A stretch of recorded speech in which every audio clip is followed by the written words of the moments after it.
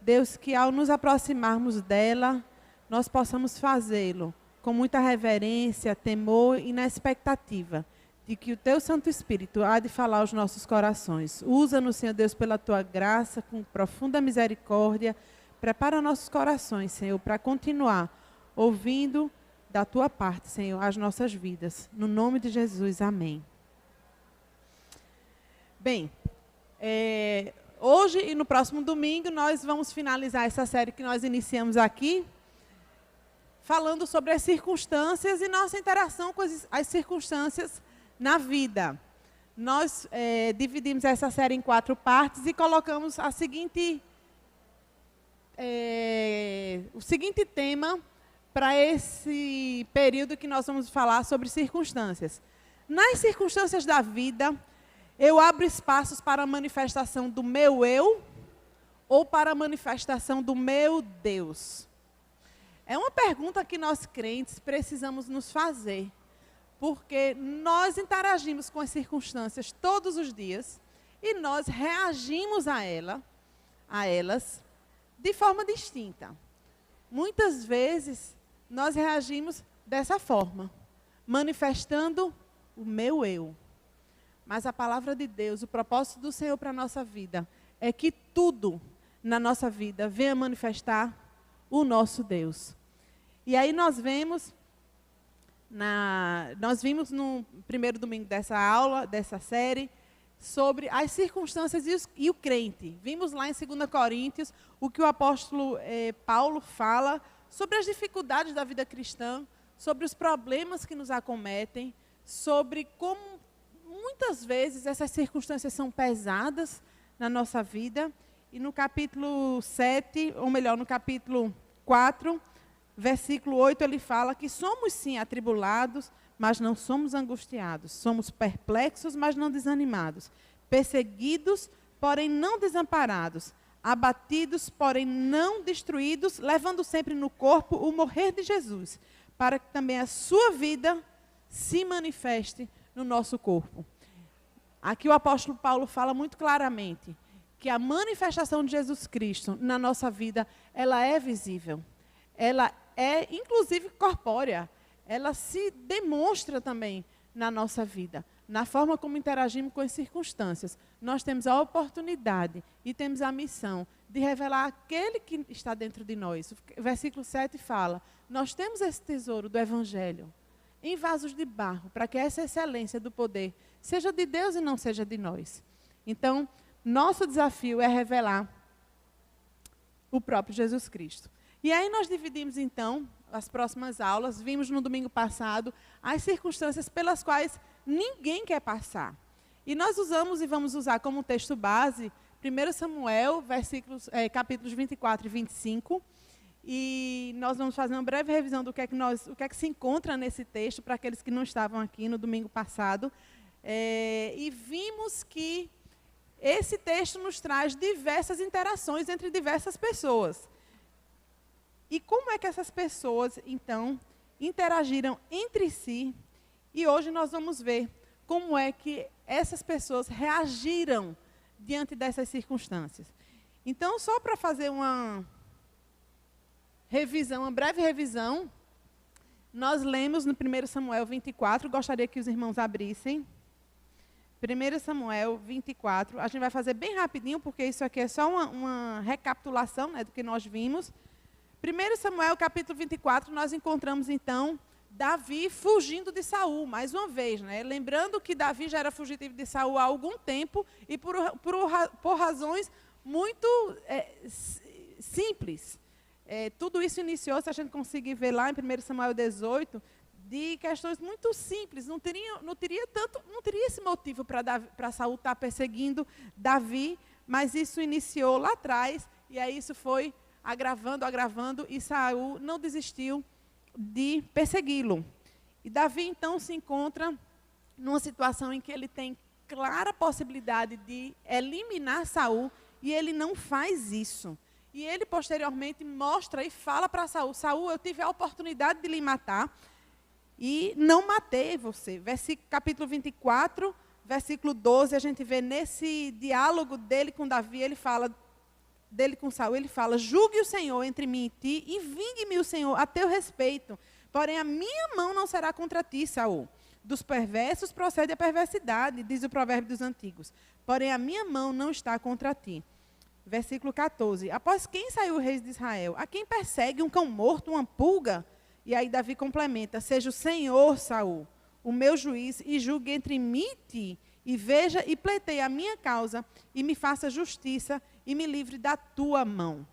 E aí encerra esse momento de perseguição. Saul parece ter um breve remorso, cai em si, e ele então segue o seu caminho. Ao passo que Davi, da mesma forma, segue o seu caminho, mas ainda permanece escondido, né, nesse deserto. E o próximo capítulo ele inicia com a morte de Samuel, e ele então inicia também um breve relato de uma história muito interessante, que é a base dos nossos estudos aqui, até o próximo domingo. A história de Nabal. Então, nesse ínterim dessa perseguição, Davi se encontra com seus homens, aproximadamente 600 homens, no deserto. E nessa situação, nesse contexto, ele então serve de apoio, de ajuda para servos desse homem chamado Nabal, que pastavam os seus rebanhos, o seu gado também naquele campo. E sem nenhuma intenção de extorquir ou algo semelhante, Davi simplesmente, com seus homens, ele serve de apoio a esse grupo de pessoas, de servos. Então, eles cuidam desses homens, eles servem de escudo contra os malfeitores, contra aquelas pessoas que, porventura, quisessem saquear aqueles rebanhos. Então, 600 homens, homens de Davi, cuidando de um grande número de servos e de rebanhos, era um grande feito, né, um grande favor que Davi fazia àqueles homens. E aí, posteriormente, nós vemos aqui no capítulo 25, que chegou então a época da tosquia daquele rebanho, daquele senhor, chamado Nabal, e que a Bíblia fala o seguinte sobre ele, versículo 3 do capítulo 25. Nabal era o nome deste homem, e Abigail o de sua mulher. Esta era sensata e formosa, o homem era duro e maligno em todo o seu trato. E aí a gente viu no domingo passado, prosseguindo aqui com a leitura do texto, que Davi, então, manda mensageiros a este homem, nesse momento da tosquia, que comumente, conforme a cultura da época, era um momento de festa, de alegria, de colheita, de ganhos. E se dava festa, e era aquele momento de perceber o lucro que se havia tido a partir do cuidado com aquelas ovelhas. Então, o momento da tosquia era um momento de festa. E nesse contexto, Davi manda mensageiros a Nabal para dizer o seguinte, capítulo 25, versículo 8, no finalzinho. Dá, pois, a teus servos e a Davi, teu filho, qualquer coisa que tiveres à mão. Davi foi pedir.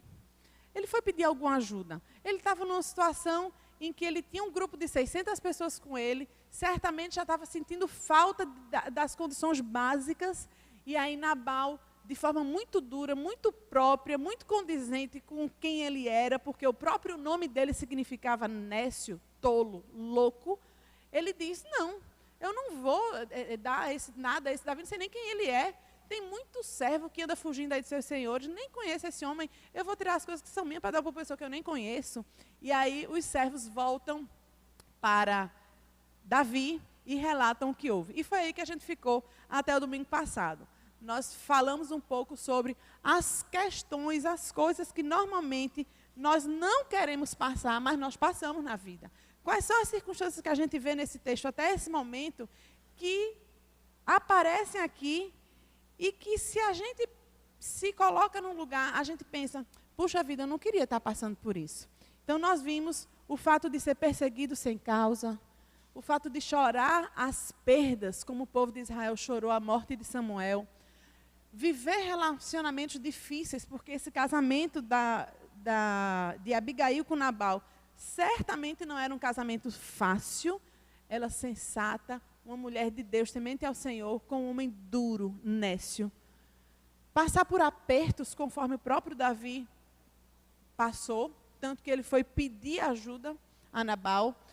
Executar um trabalho difícil. Davi manda mensageiros para Nabal. Imagina se você fosse um desses. levar um recado desse, você chegar para um homem que não tem, como se diz, papa na língua, para fazer um pedido em nome de outra pessoa, veja que situação difícil. Muitas vezes nós passamos isso. Executar um trabalho penoso, ser insultado como Davi foi com a resposta dele, receber mal por bem. São tantas as situações difíceis que a gente percebe aqui nesse texto e pelas quais também nós podemos passar.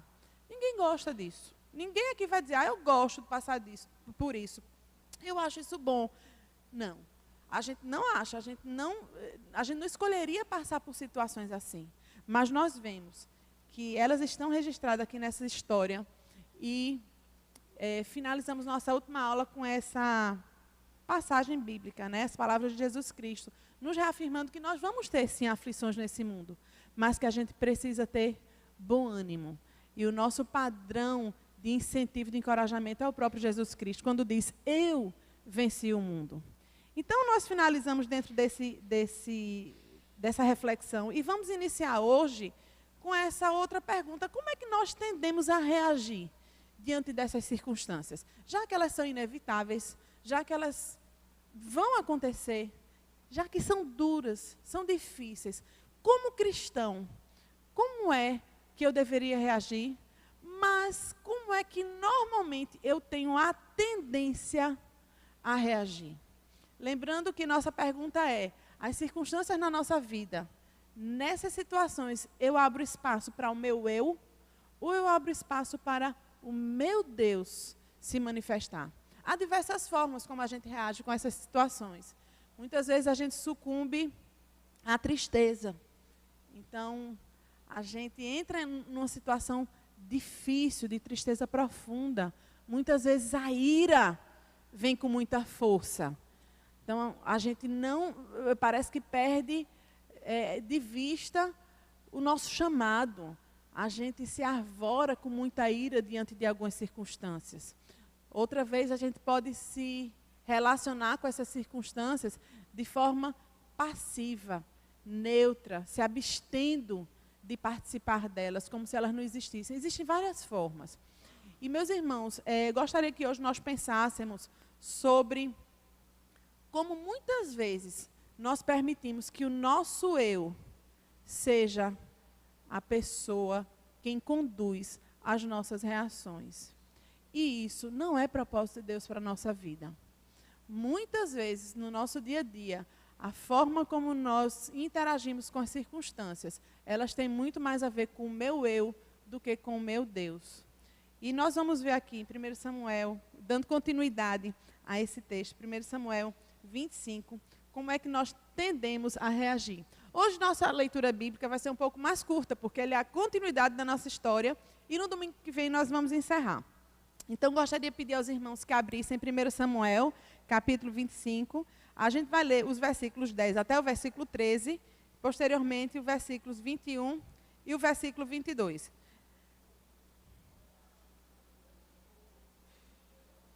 Bem, ficamos então nessa parte da história em que Nabal manda o recado para Davi, dizendo que não, que ele não vai ajudar ninguém não. Respondeu Nabal, versículo 10. Respondeu Nabal aos moços de Davi e disse, quem é Davi? Quem é esse filho de Jessé? Muitos são hoje em dia os servos que fogem ao seu senhor. Tomaria eu, pois, o meu pão, a minha água, a minha carne, a carne das minhas reses que degolei para os meus tosqueadores, e o daria aos homens que eu não sei de onde vêm? Versículo 12. Então, os moços de Davi puseram-se a caminho, voltaram, e tendo chegado, lhe contaram tudo, segundo todas estas palavras. Versículo 13. Pelo que Davi disse aos seus homens, cada um cinja a sua espada. E cada um cingiu a sua espada, e também Davi a sua. Subiram após Davi uns 400 homens, e 200 ficaram com a bagagem. Imagina a situação, meus irmãos.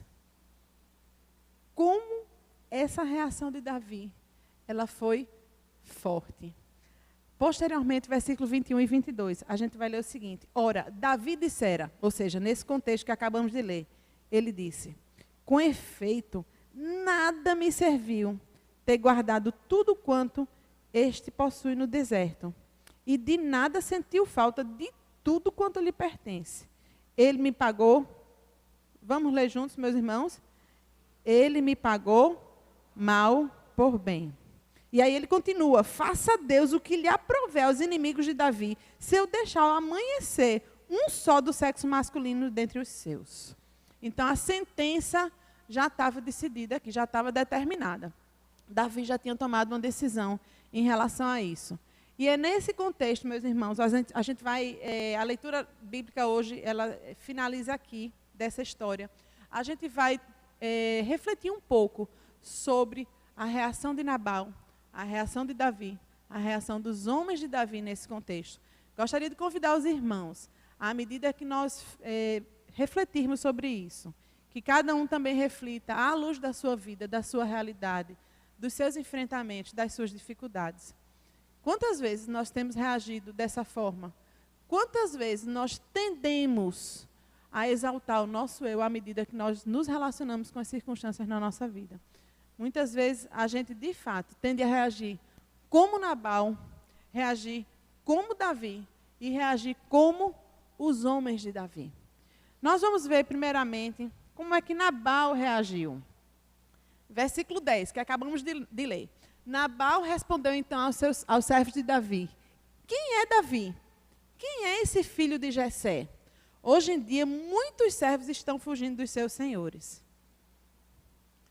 A gente vê aqui o seguinte: o senso de justiça aplicado ao outro está cerceando o exercício da misericórdia de Nabal.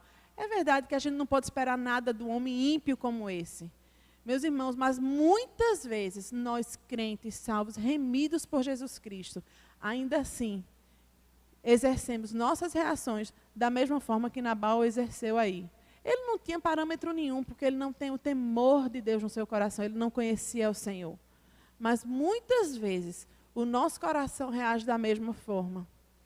Quando nós temos a oportunidade de abençoar alguém, nós temos a oportunidade de dedicar um tempo para alguém, um dinheiro para alguém, um transporte para alguém. Nós simplesmente agimos dessa forma. Nós olhamos com o nosso olhar de justiça e, a partir desse olhar, nós cerceamos a nossa ação de misericórdia. Nós definimos, determinamos como vai ser a nossa ação de misericórdia. Eu pergunto aos irmãos: foi assim que Deus fez com a gente? Deus olhou e disse assim: peraí, esse aqui é bonzinho, esse aqui merece ser amado. Esse aqui é mais ou menos, eu só vou dar um pouquinho, esse aqui não. Foi assim que Deus fez com a gente? Foi assim que Jesus Cristo se entregou na cruz? Pelo contrário, meus irmãos. Jesus Cristo, em Jesus Cristo foi feita a justiça de Deus. Toda a justiça de Deus, que deveria recair de fato sobre nós, ela foi paga. A salvação é de graça, mas alguém pagou. Ela me é de graça, ela lhe é de graça, mas alguém pagou. Alguém cumpriu a justiça de Deus, e esse alguém foi Jesus Cristo. E esse alguém cumpriu por amor, para que a graça pudesse ser extravagante na vida da gente. Sabe, meus irmãos, muitas vezes a gente se encontra numa situação assim, em que a gente faz esse recorte de quem merece, de quem não merece, de quem merece um pouquinho o meu amor, o meu apoio, o meu tempo, a minha consideração, o meu telefonema. Muitas vezes a gente olha para as pessoas, está nas nossas mãos a capacidade de fazer o bem, está nas nossas mãos a capacidade de abençoar, mas a gente pensa: não é da minha família, não sei nem quem é. Nabal perguntou assim: eu não sei nem quem é esse Davi, sei nem quem é esse filho de Jessé. Muito provavelmente, alguns escritores dizem que muito provavelmente ele sabia sim quem Davi era. Ele sabia sim que Davi estava sendo injustiçado. E ele continua: hoje em dia muitos servos estão fugindo dos seus senhores, e a gente vê aqui claramente essa falsa autojustificação. Do tipo: eu vou ajudar pessoas que são más, pessoas que fogem de seus senhores. Qual a autoridade que Nabal tinha para falar isso? Se ele era maldade em pessoa. Muitas vezes, mesmo sendo pecadores, mesmo sendo alvo desse amor de Deus, nós agimos com essa justiça aplicada ao outro. E dessa forma a gente determina a quantidade de misericórdia que a gente vai exercer com o outro. Meus irmãos, que não seja assim. Esse é um homem ímpio, que nós não nos assemelhemos a ele na relação que nós temos com as circunstâncias, com as situações que batem à nossa porta. A gente sabe que, de fato, alguns servos fugiam dos seus senhores. Senhores talvez como ele, senhores maus talvez como ele. E ele aí nessa situação, exercendo uma justiça que não cabia, e que não cabe, e que não cabe a nós também exercê-la.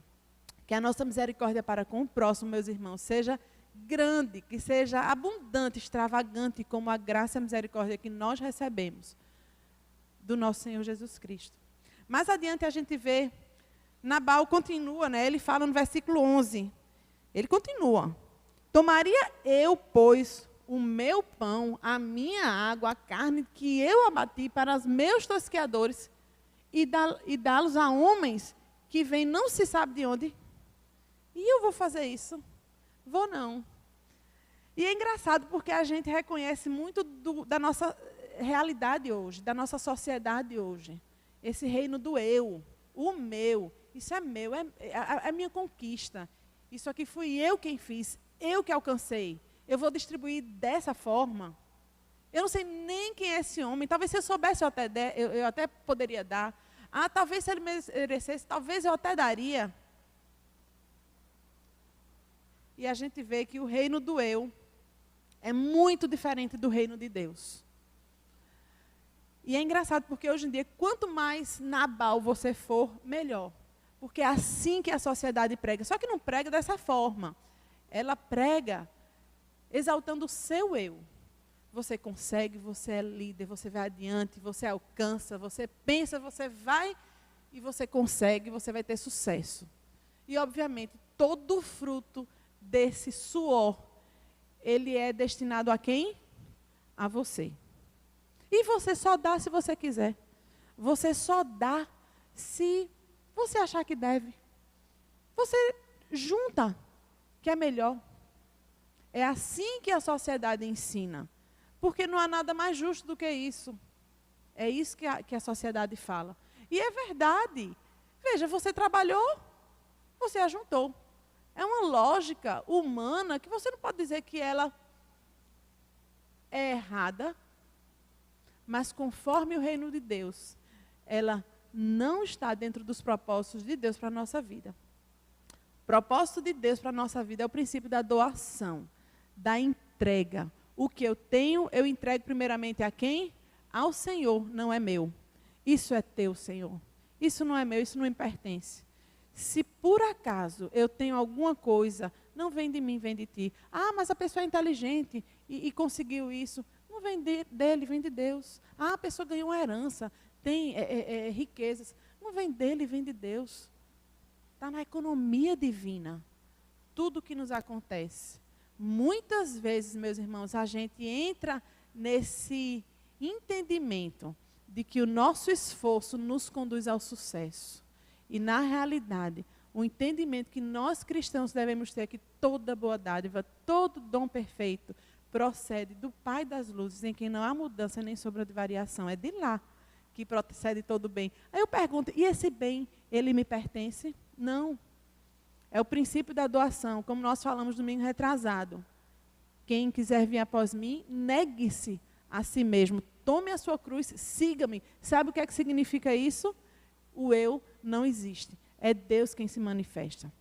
E Nabal, ele muito claramente revela o reino ao qual ele pertence. Não é o nosso reino, mas parece que muitas vezes a gente visita esse negócio, a gente vai lá e saca alguns conceitos, algumas tendências, algumas falas, algumas ideologias. E isso não é o reino de Deus na nossa vida.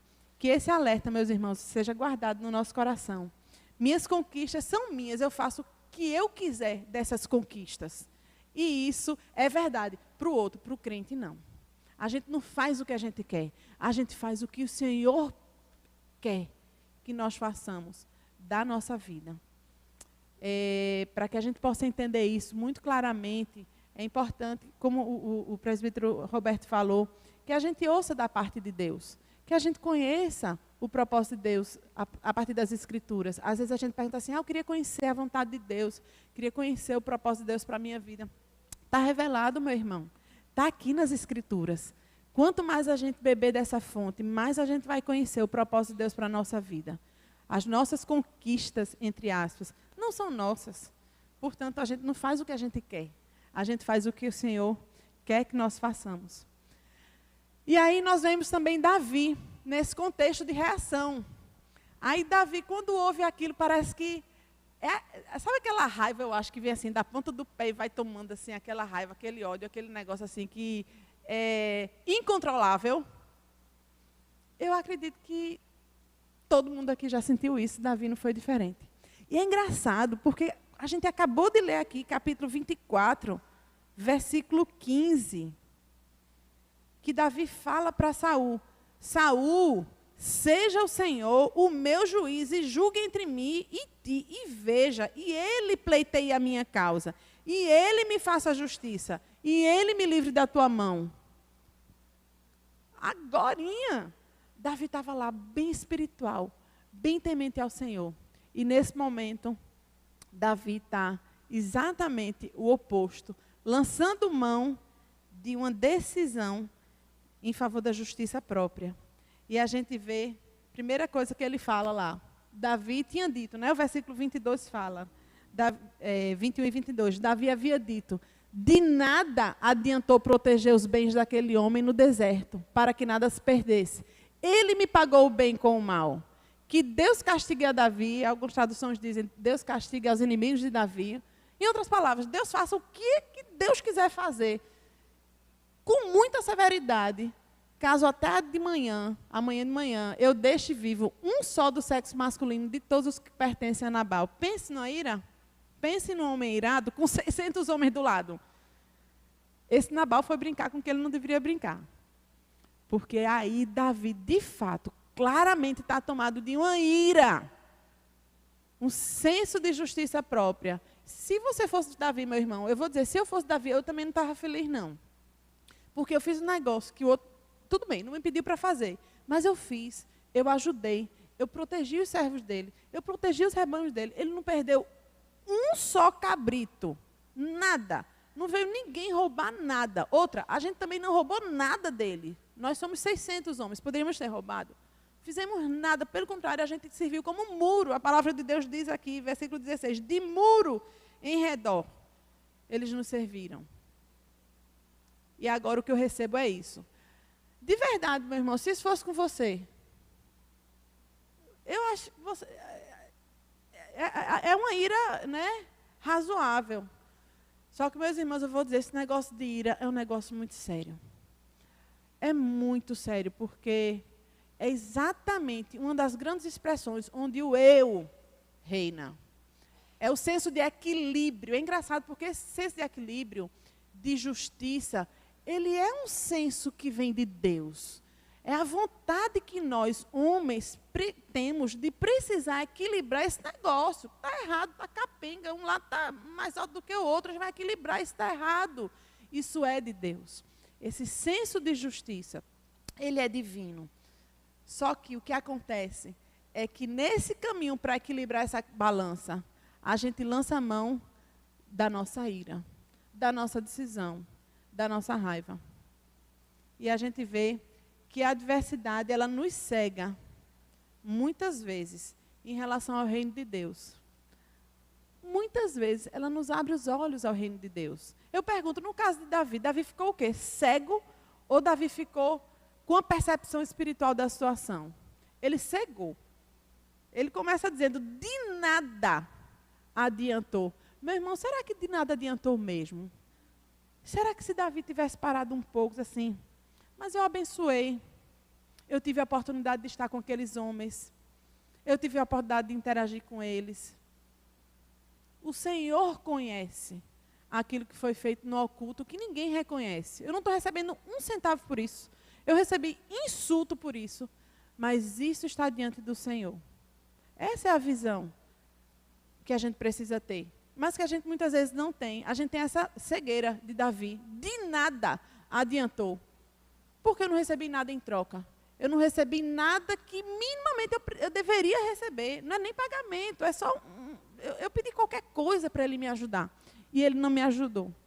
E muitas vezes, meus irmãos, a adversidade, ela nos cega os olhos em relação ao reino de Deus.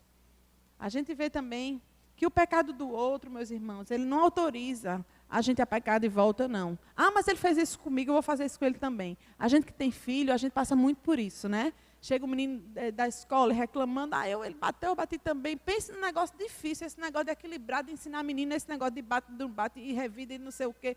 Tem que morrer aqui, minha gente, na palavra de Deus. O que é que a palavra de Deus diz? A gente se acha autorizado a pecar de volta quando o pecado nos atinge. Porque é a forma de a gente fazer essa balança equilibrar. Mas ela é a forma em que se manifesta quem? O meu eu e não o meu Deus. Porque a vingança não pertence a gente. Esse equilíbrio não pertence a gente. A moeda do eu, né? Ele está pagando com a mesma moeda. Nabal veio com aquela historinha de dizer que eu vou dar da minha água, eu vou dar da minha comida, eu vou dar das minhas ovelhas para essa pessoa que eu não sei nem quem é. Davi fez igualzinho. Davi disse a mesma coisa. Ele me pagou o mal, com o mal, aquele bem que eu fiz. Olha, que Deus faça o que Deus quiser. Se eu não for lá e acabar com ele, com tudo dele, com a casa dele, com todo mundo da casa dele. Porque eu vou fazer isso. Foi a mesma moeda. É porque é engraçado, parece que a sensação é de que você está sendo cutucado com vara curta. Você já se sentiu numa situação dessa, meu irmão? Você está sendo cutucado com vara curta e parece que o inimigo vem exatamente naquele ponto que não é para mexer? Outras coisas não, cutuca, você não está nem aí, aquele não é seu ponto fraco. Mas tem hora que o inimigo vem e cutuca naquele lugarzinho que é o seu ponto fraco e você reage exatamente como Davi. Mas, olha, eu vou agora resolver isso. Passei por uma situação, alguns anos atrás, muito delicada em relação a um episódio. Queria compartilhar com os irmãos, porque isso serviu de grande lição para a minha vida, para a vida da minha família. Eu havia ido fazer uns exames e estacionei o carro, fiz os exames. Na volta, eu parei na recepção e perguntei se eles levavam os exames em casa. Sim, senhora, levamos R$5. Pois não, eu acho que eu tinha R$10. Não tinha mais nada na carteira, cartão de débito, de crédito, nada, eu só tinha R$10. E aí, eu disse, puxa vida, eu tenho que pagar o estacionamento. Atravessei a rua, perguntei ao rapazinho lá, quanto é o estacionamento? Ele falou, é 5. Eu vou pagar R$5 no hospital, o pessoal leva o exame em casa, e eu pago os outros 5 e vamos embora.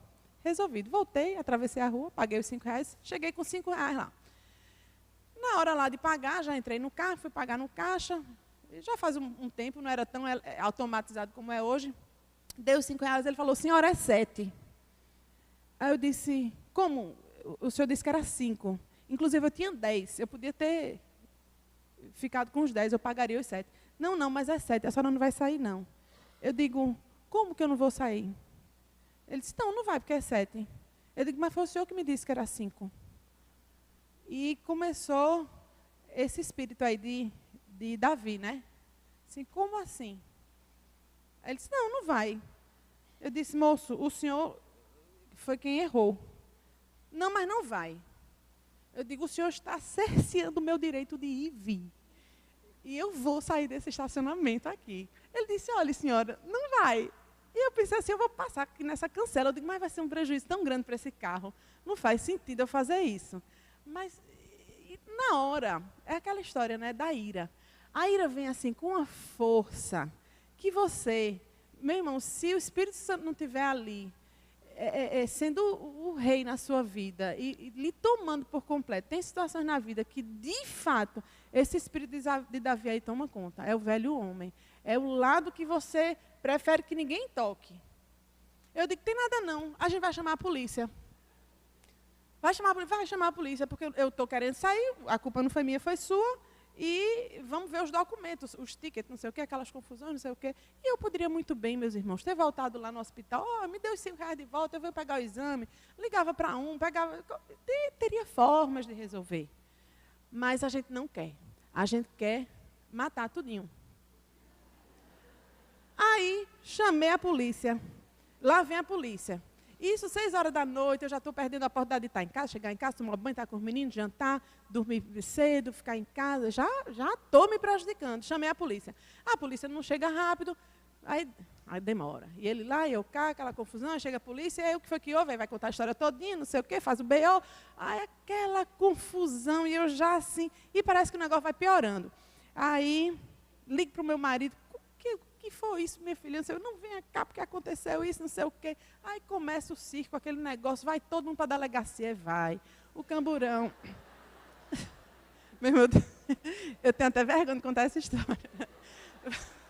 Vai todo mundo para a delegacia, faz os boletins, não sei o quê, aí chega, pronto, terminou aquela confusão, enfim, terminou. Chega em casa, aquele sentimento assim de coração pesado, não sei o quê, mas pelo menos ele também teve que ir até 10 horas da noite lá na polícia, ele também teve que ir não sei o quê, aquele senso de que você matou, né? E aí, passa-se 2 dias, o dia do meu marido ir fazer os tais exames. Esse exame de rotina que a gente faz, né? Que as pessoas fazem. Faz ele no mesmo lugar, fazer os exames.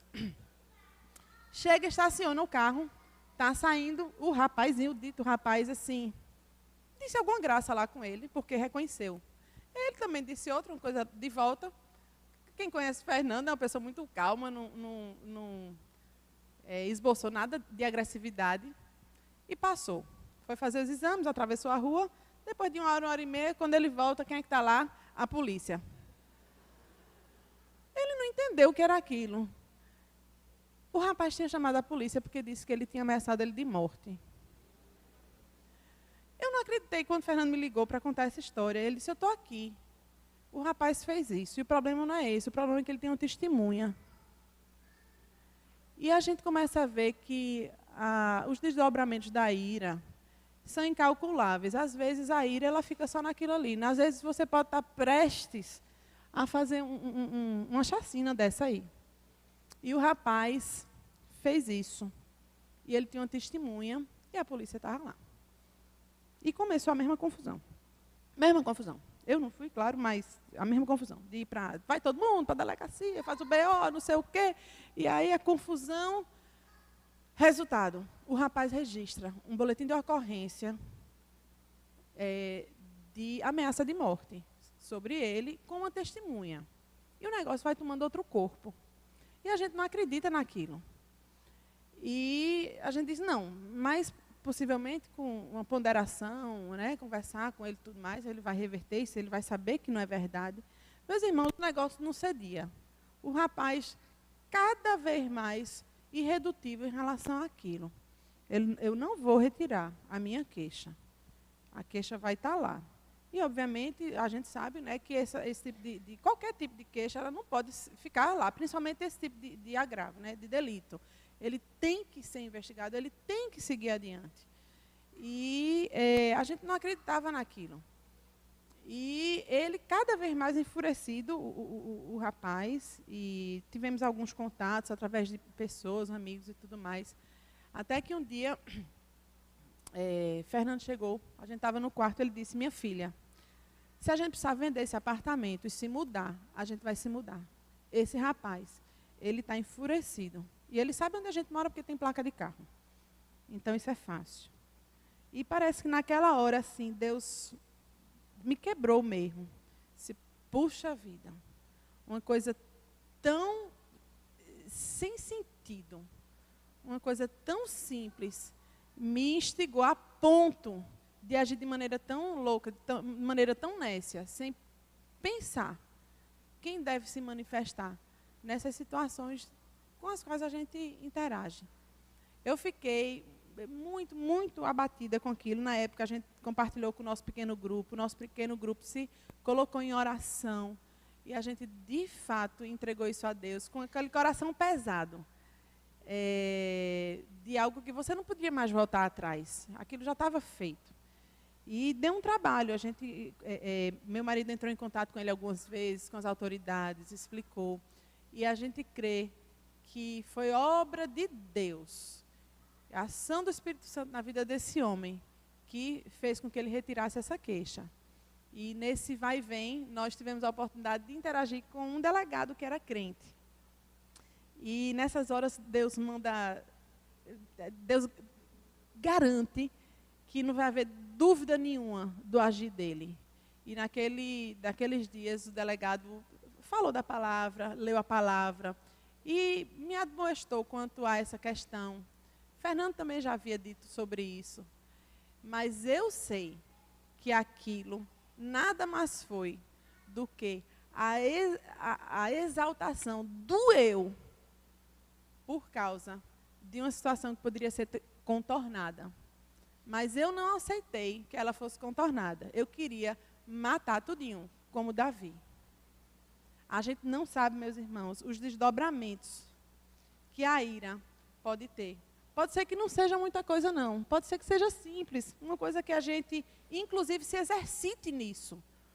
Porque as consequências têm sido poucas. E parece que isso não é suficiente para frear a gente. Mas Deus, em algum momento na vida, chega e mostra bem claramente. Olha aqui. Cadê o temor ao Senhor? Cadê a manifestação da minha luz na sua vida?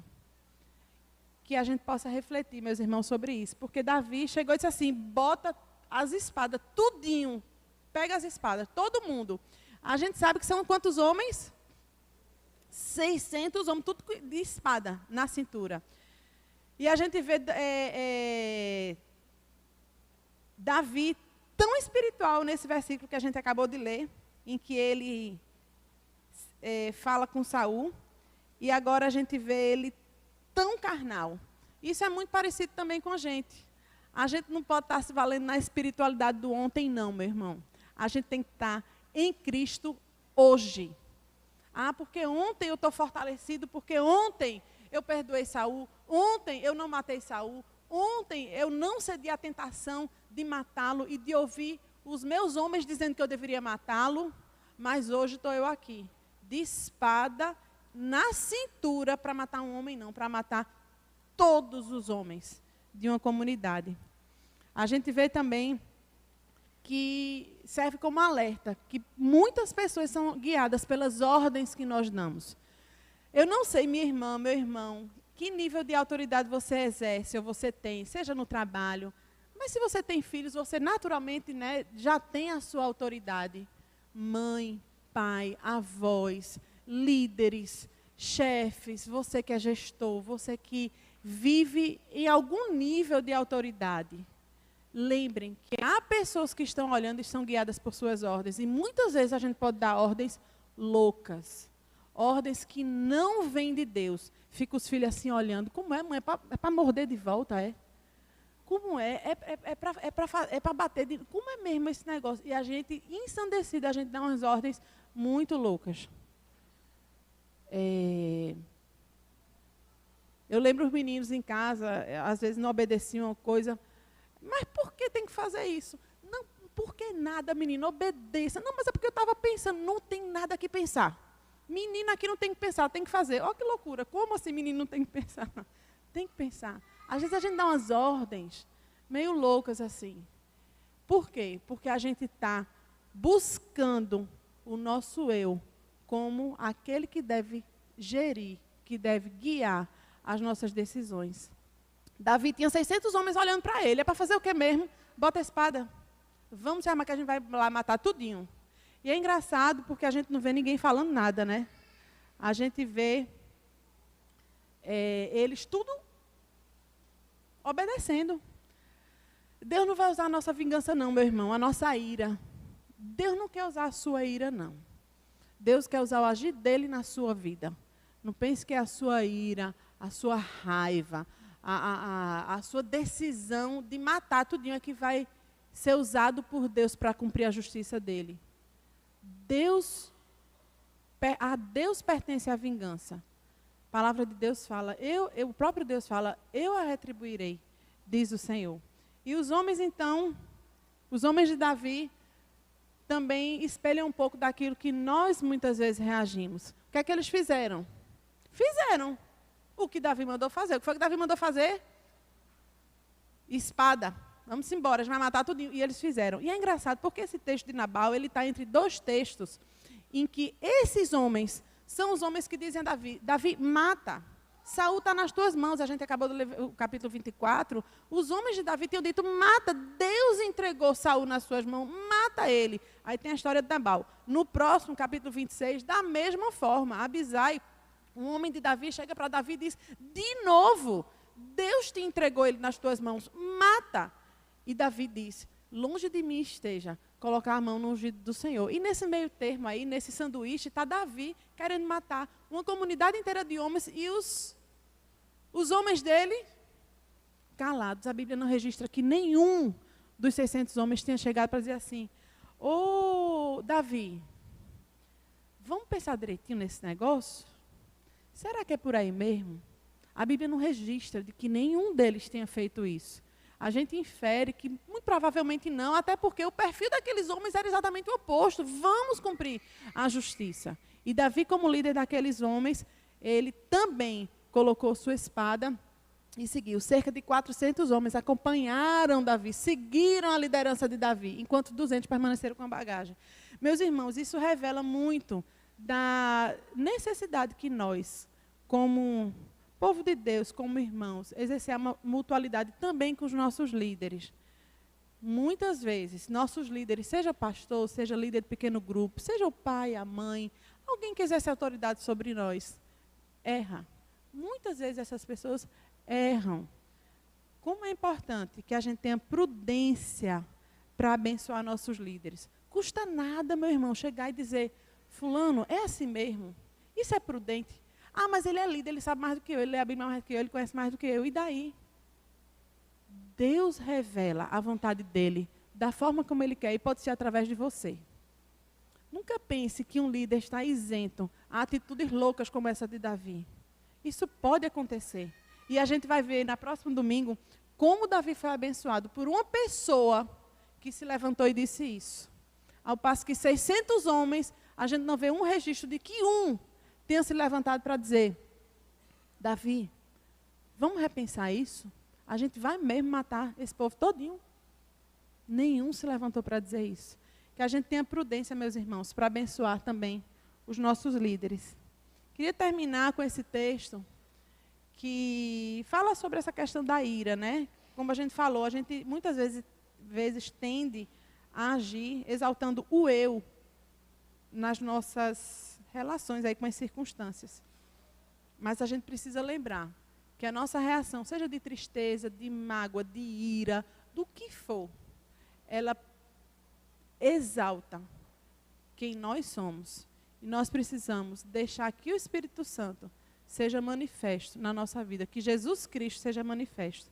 A palavra de Deus diz, jamais procurai vingar-vos a vós mesmos, mas entregai a ira a Deus, porque está escrito, minha é a vingança, eu retribuirei, declarou o Senhor. Se teu inimigo tiver fome, dá-lhe de comer, se tiver sede, dá-lhe de beber, porquanto agindo assim, amontoarás brasas vivas sobre a cabeça dele. Jamais te entregues ao mal como vencido, mas vence o mal com o bem.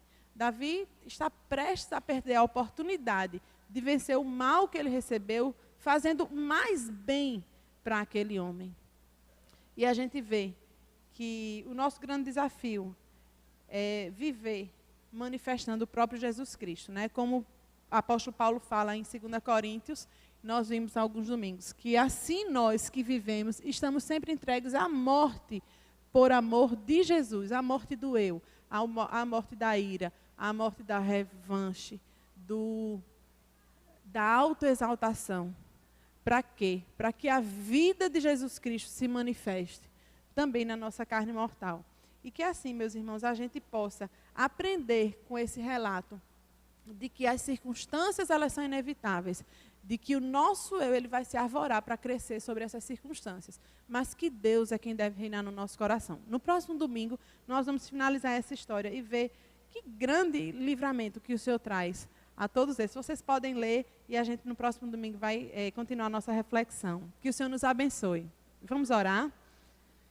Senhor Deus e Pai, te louvamos por tua graça, te agradecemos, Senhor Deus, pela força da tua palavra, dos teus ensinos. Ó Pai, que o nosso coração possa dizer, como João Batista, que importa que o Senhor cresça e que eu diminua. E que assim, Senhor, essa seja a forma como nós nos relacionamos com essa vida, com as coisas que nos acontecem, tendo, Senhor, como objetivo único que Jesus Cristo se manifeste em nós. No nome de Jesus, amém.